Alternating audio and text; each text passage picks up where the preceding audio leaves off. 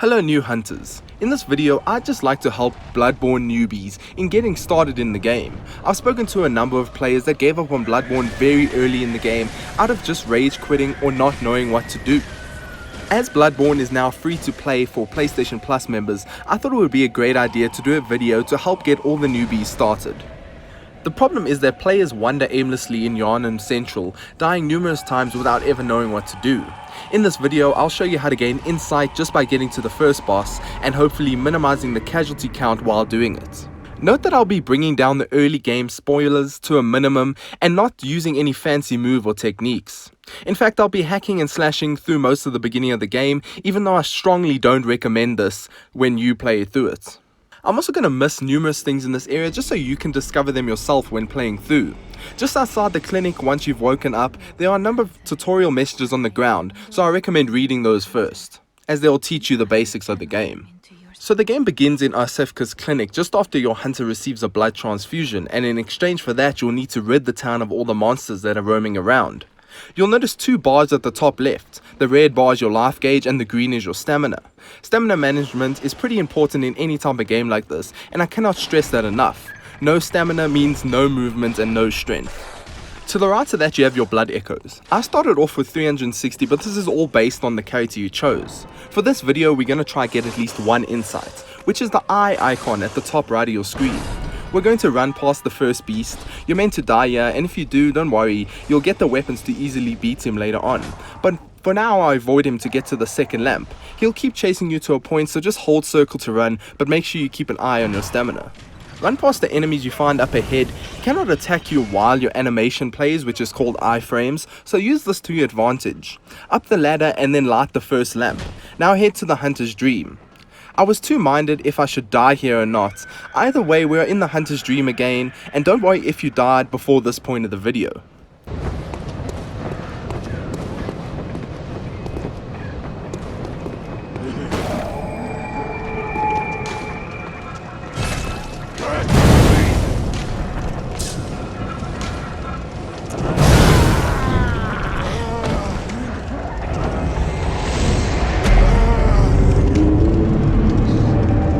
When you arrive in the Hunter's Dream, you'll notice that the doll is not awake here. Our objective is to wake her up by getting that insight that we mentioned earlier. She'll help you upgrade your character, which is the best way to progress through the game, as it will make you stronger, allowing you to wield better weapons and take more damage. It's also worth noting that without getting that first insight, you will not be able to level up just yet. You'll then be presented to choose your weapon. This is entirely up to you, each have their advantages. I personally chose the sword cleaver and the blunderbuss here, but it doesn't really matter that much. Okay, now we're heading back to Central Yharnam where we lit the lamp and died. I can get to those echoes that I lost by near where I died earlier. If you die, just try and get back to the same location to pick them up again. The gate to our left is our shortcut, and we want that open. To get there, we'll need to go right first. Remember to talk to any door or windows that have a red lamp outside. I'm going to be skipping these for now so I don't spoil too much of the game.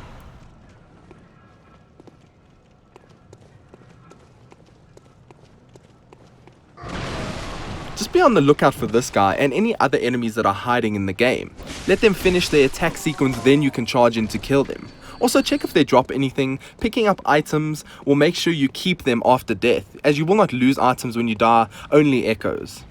It's also worth noting that R3 makes you lock onto enemies for easier targeting. This is pretty important. For the enemies with shields, you can either brute your way through the front of the shield by just hitting it a couple of times, or you can just roll around them and hit them in the back. Whatever way suits you, you do you anyways.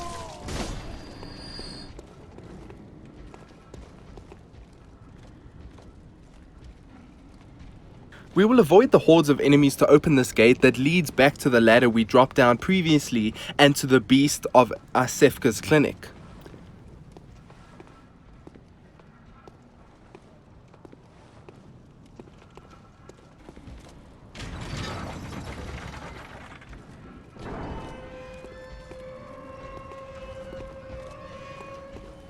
Now just keep left and run past the horde. Head for the stairs to the left, take a short break at the top of the stairs just so you can regain some of your stamina, and then run past the rifleman.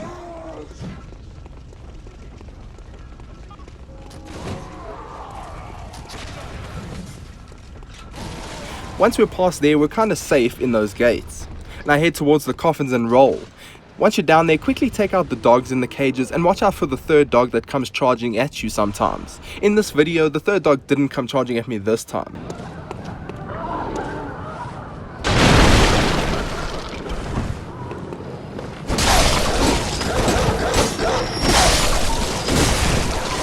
Dogs are pretty annoying and difficult to deal with sometimes, so if you can get them in a corner and take them down quickly, I advise you to do so.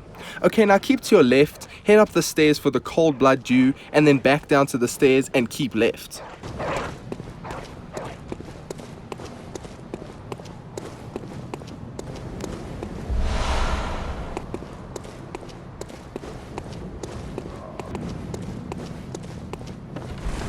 Open these doors for our shortcuts. Kill the two guys in the room, they're pretty manageable and quite easy.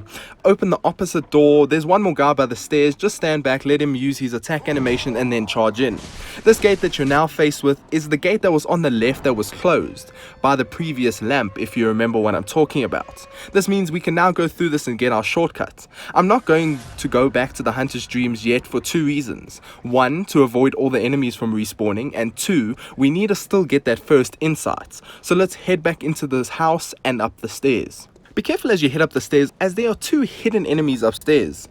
Up next to the stairs there's another enemy. You can try R2 this guy in the back. I messed up there though, but I did use the R2 and then the R1 just to finish him off. Don't go right, as there's werewolves there that are quite a bit stronger than you are at this point in the game. Run to the left and go past the birds and the giants, and this is into our first boss, the Cleric Beast. You can try and kill the first boss, but chances are that you're going to die. So I'll die here also. I have killed the Cleric Beast before without leveling up, but this was only after my second playthrough. Just whack away until you die, I guess. Now that you've discovered the first boss and gained that one insight, you can head back to the Hunter's Dream, and you'll notice something has changed. The doll has now awoken. Like I said before, this is because you gained the insight from the Cleric Beast. Now you need to hunt more beasts and bosses and head back here every now and again to upgrade your stats. I suggest you now start back at Isefka's clinic with the new insights, and you can enjoy the game and explore Yharnam with all the challenges it has to offer. I skipped a number of things, so head back and discover all these items, locations, enemies and NPCs to talk to that I avoided to prevent spoilers in the beginning of Bloodborne. But that's it for now. Good luck on the first area and farewell, good hunter.